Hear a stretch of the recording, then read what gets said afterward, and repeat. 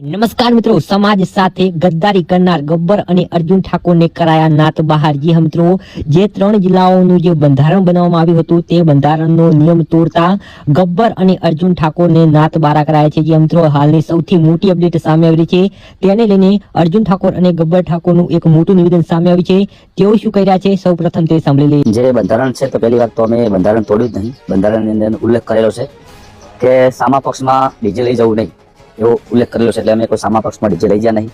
અને આ અમે કોઈ અમારા ગામમાં જે વર્ષોથી પરંપરા ચાલી રહી છે એ પરંપરા કરી છે। અમે ગાવાનું ડીજે બનાવ્યું છે, કોઈ ડીજેમાં આવે નહીં। આ લાઈવ પ્રોગ્રામ અમારે જે અમારી ભાષામાં અમારી સિસ્ટમમાં જે અલગ અલગ લાઈવ પ્રોગ્રામ છે, લાઈવ ડીજે છે, રાસ ગરબા છે, સંતવાણી છે, ભજનના પ્રોગ્રામ, અમારા માટે આ લાઈવ પ્રોગ્રામ કહેવાય। અને મારા બાજુ કરો।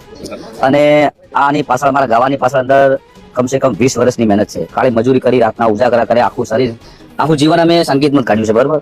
હવે ગાવાનું બંધ કરી દઈએ તો અમારી રોજગારી, અમારું ખાવાનું, જે લોન ચાલી રહી છે, જે અમારે કોઈ બીજો રોજગાર, કોઈ ધંધો નહીં, તો અમારે બીજું ધંધો શું કરવાનો?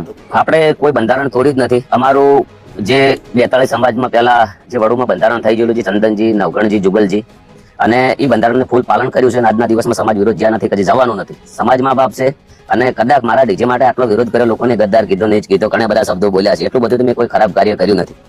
હા, કદાચ આટલો બધો મારો વિરોધ કર્યો છે, એટલો કદાચ દારૂ નો કર્યો, દારૂ બંધી હોય, કદાચ 150 મકાન તૂટે નિરાળે સાહેબ, આટલા બધા સમાજના ઉભા રહ્યા હોત ને તો કદાચ બિલકુલ તકલીફ ના પડત। જેમ કે એ વખત બેન દીકરીઓને નાવા ધોવાની, ખાવા પીવાની ખૂબ તકલીફ પડે છે। સમાજના લોકો અમુક છે, ખાલી મેન ખાસ આવા કોઈ મુદ્દા હોય તો પકડીને આવી જાય છે। કોઈ દવાખાનામાં કોઈ જગ્યાએ હાજરી નથી હોતી, કોઈ સમાજ ઉપર તકલીફ પડે તો ખાસ કરીને નથી જતા। આ વસ્તુ છે।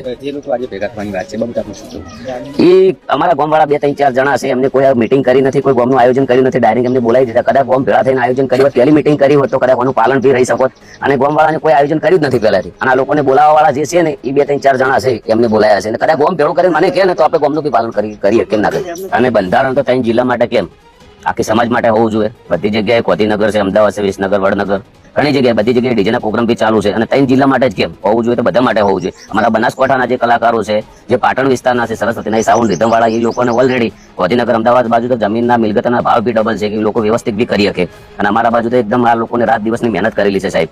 તો આ લોકો મને ફોન કરે છે, જે 15-15, 20-20 વર્ષ જાય છે, જો કોઈ બી વ્યક્તિ નોકરી માટે જે મહેનત કરતા હોય છે, એ લોકો જે આ વગાડવા માટે, રીધમ માટે, એમની પણ મહેનત હોય છે। અને સંગીત એક જેવી તેવું સારી વસ્તુ છે। સંગીત એક લગ્નની અંદર કે સારો માહોલ, મનોરંજન પૂરું કરે છે। સંગીત કોઈ ખરાબ કરતું નથી। અને આ લોકોને તાત્કાલિક નિર્ણય લઈ લીધો, એટલે નિર્ણય લીધો એ યોગ્ય, મારા અંદાજે એમ કે યોગ્ય નથી, જેનું કારણ છે કે એમને સમય આપવો જોઈએ।